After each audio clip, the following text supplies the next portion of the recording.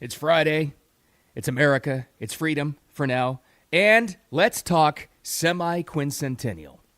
I'm not going to lie to you. It took me like 4 times to practice that. But America's 250th birthday obviously coming up. You see it everywhere. You see it in marketing. You see it in logos. But you especially see it with Freedom 250, which has been coined by the White House and the administration and the whole committee putting all this event together.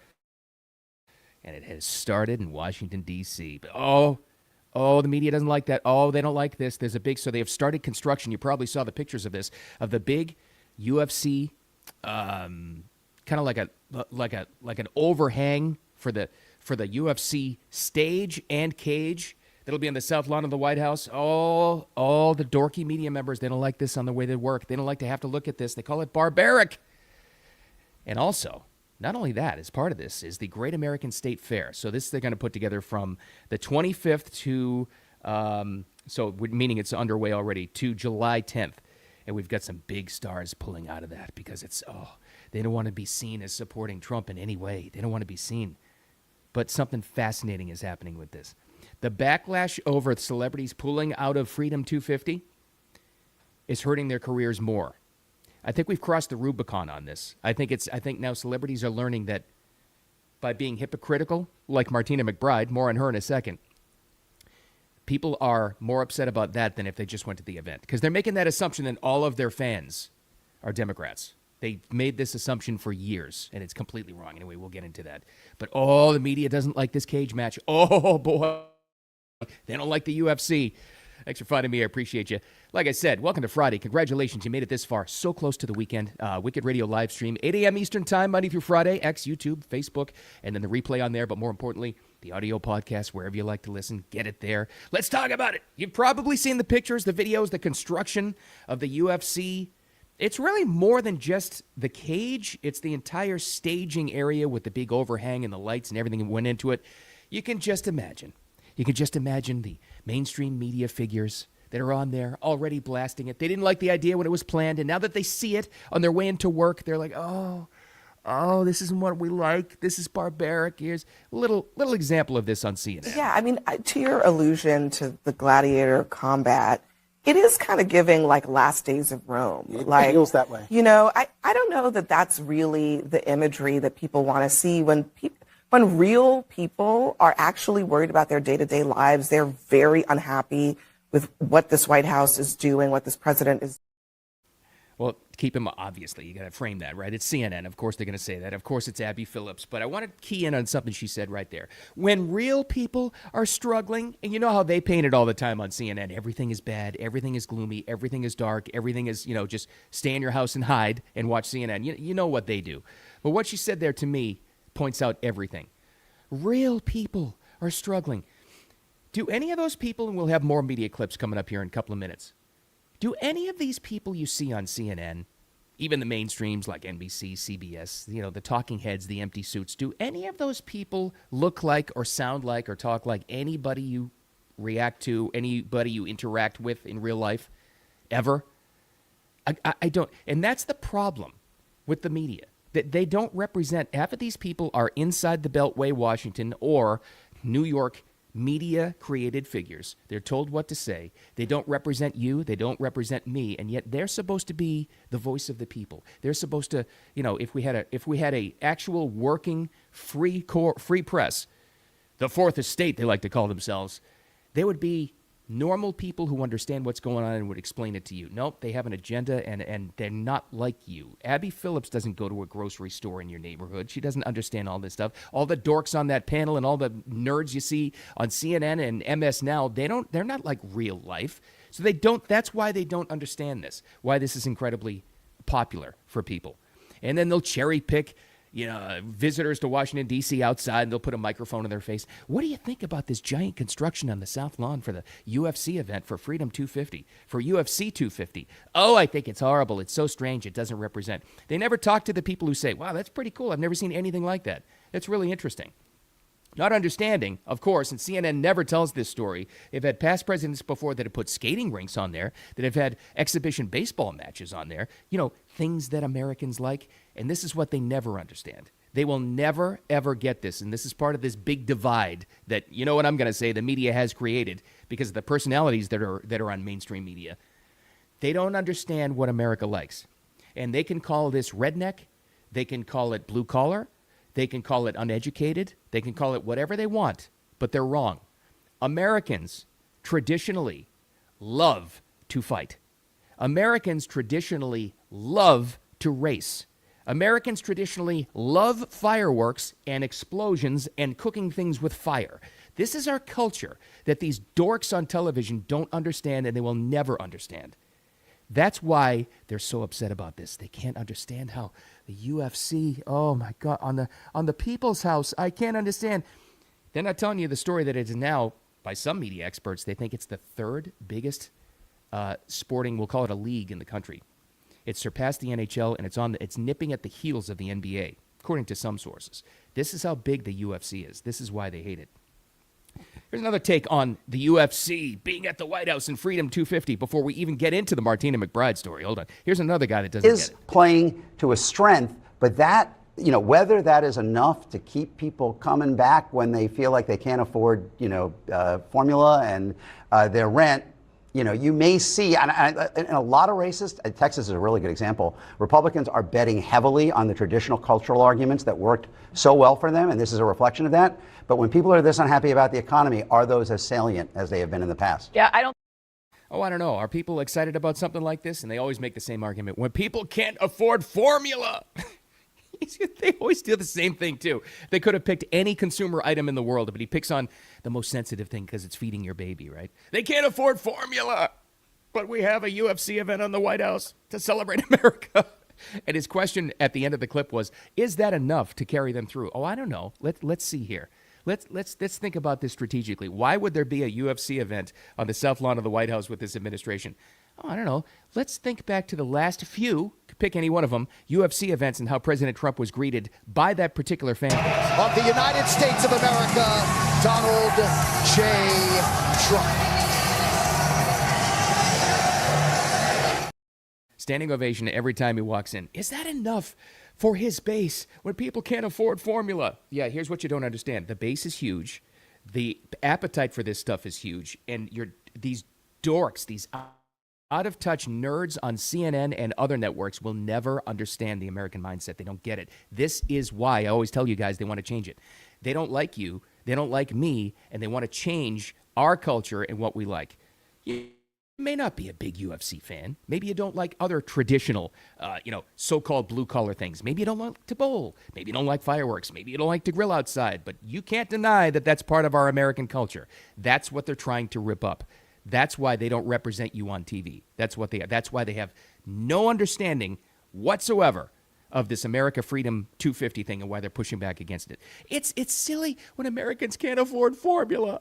No, Americans love to celebrate America. And that is in the majority. Don't let them lie to you, ever. All right, so let's go to that now. Let's go to the event with America 250. Here's Dana White, big friend of President Trump, talking about the event way back months ago when they first announced this and what went into it. Now, this is a guy, and you'll hear him say there in the clip, though, I don't necessarily like fighting outside. You know what I mean? This is a big event. It's a big thing. It's a big honor. It's tough to, put together. I don't like fighting outside, he says. There are a lot of different elements, security elements, weather elements to worry about and all that, but still did it. And ask yourself why. He could have done a different event and made a lot more money at a different arena somewhere. But why did he do it?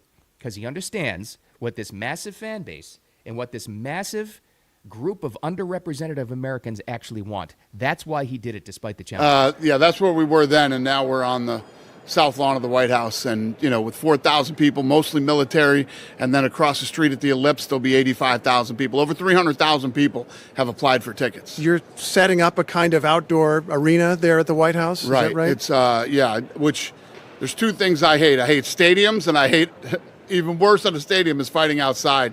There's just so many different variables you have to deal with. The weather, and the worst obviously being rain and lightning. Yeah. And then bugs and, temperatures and Could lots of be different anything. things. But still did it. He didn't turn around and say, oh, this, I don't know, this is, I can't we just, and I'm sure he had this conversation with Trump. Can't we just put it in the arena? Can't we just do it somewhere else? And Trump probably said, no, dude, I want a big, beautiful UFC cage in the South Lawn. And Dana White's probably like, okay, no, we'll do it. I'm sacrificing a lot here. Why? Just to appease Trump? I don't think so. I don't think that's it. I think he did it because he's a patriotic guy. He knows what Americans want. And he knows also, let's think about this from a marketing perspective. Great way to promote his organization too, right? But he did it despite all of these challenges because it's part of Freedom 250, semi-quincentennial. I got to make sure I got that right. I got to write that down. But anyway, here we are, and he does it anyway because he understands it's important to American culture. That guy understands it. The dorks criticizing this entire thing on CNN and all the other networks, they don't understand it because they're not regular people. They're not. You got to look at these talking heads, empty suits on CNN and all the other networks and say, that's not anybody I know. They're not. Why are they the representation of the information flow? They shouldn't be. They don't relate to you or me or anybody else. Nobody does. And that's why they hate this. But there's something else going on with Freedom 250. Part of this, as I said in the introduction there, is the Great American State Fair. Actually going on now, so it's a long-running kind of thing in the nation's capital. It started on the 25th. It's going to start on the 25th in June and run through July 10th. Like any state fair, they invite a bunch of artists there. They have a bunch of other acts and this and thing. And so, you have to celebrate America's 250. You have to. It's a great thing. I remember back in 1976 when I was a child and we were celebrating America's 200th. It was great. It was fantastic. The imagery was everywhere, and that's the positive kind of propaganda. But these are different times, friends. These are different times. This is Freedom 250. So now you've got some celebrities dipping out of this and dropping out, despite previously committed.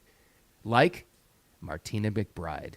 This one kills me. Little itty-bitty Martina McBride, one of my all-time favorite country artists, dropping out of this thing for, you can imagine the reasons. Pressure from her publicist, the label, her fan group.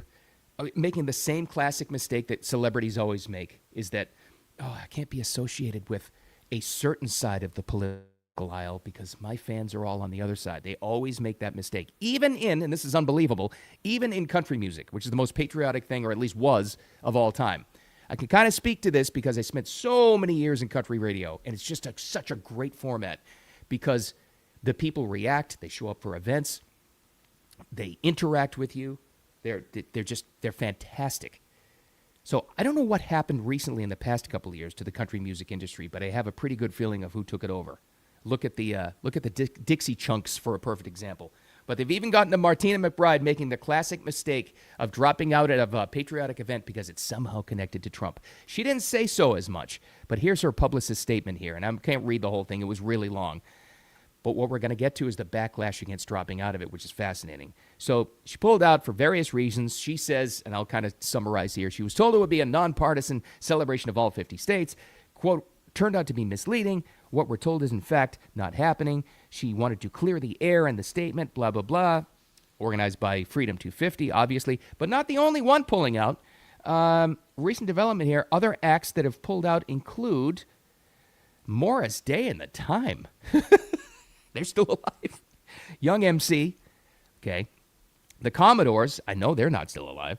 And Brett Michaels, which is kind of surprising. He's a real patriotic kind of guy. All of them making the classic mistake of, we're going to face a big backlash if we're part of this.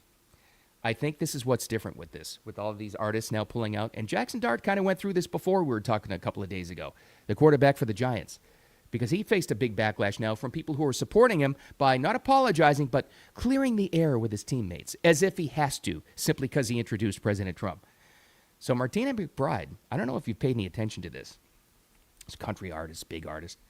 The backlash she has faced over the past 24 hours over dropping out of Freedom 250, I've never honestly seen anything like this. People are livid. Classic case of an artist not understanding her fan base at all. And I think what's different about this now, I think we've reached the point where artists who, lack of a better word, weasel out of events because of they're afraid of political backlash. And the events they weasel out of are always conservative things. You know what the truth is. Anything associated with Trump. You know that. And they'll back out because they don't want to be associated with, because they think they're going to. She may even support President Trump, but she doesn't want the image that she does. You know what I'm saying? I think we've reached the point now where fans of any celebrity will actually push back against the celebrity for backing out more than they would have going to the event. Does that make sense? So in other words, Martina McBride backs out of America 250, the Great American State Fair, thinking that she's saved fans. She's actually losing more than if she just did the event because of that classic misunderstanding, that misconception that most of her fans are liberal.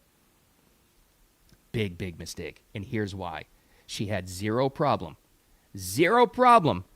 performing for the Obama and the Clinton administrations going back.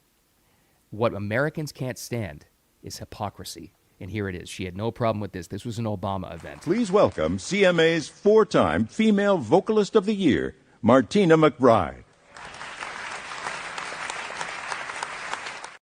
That clip is being played everywhere. I've not quite ever seen a double backlash like this in my life. Never of any of them. I mean, she's great too. So I really have to wonder if this was her team telling her this wouldn't be smart.